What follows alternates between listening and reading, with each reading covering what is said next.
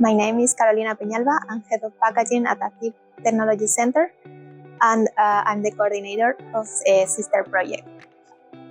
Our experience as coordinators of sister project has been very good because this first year has been marked by the COVID situation, but we have worked through it, and we have had some good results at the technical level, and also for the other transversal activities such as policy making and dissemination, communication and exploitation activities. During the first year, we have started working together as a team.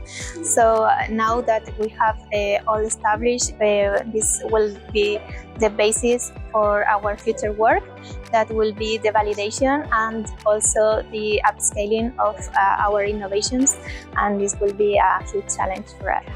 Well, what I'm looking forward to hearing about is the opinions and the feedback of the end users and the validators, because this will be very important for us to see if we can reach the market, and this will be the step that finally will contribute to stop the food loss and waste.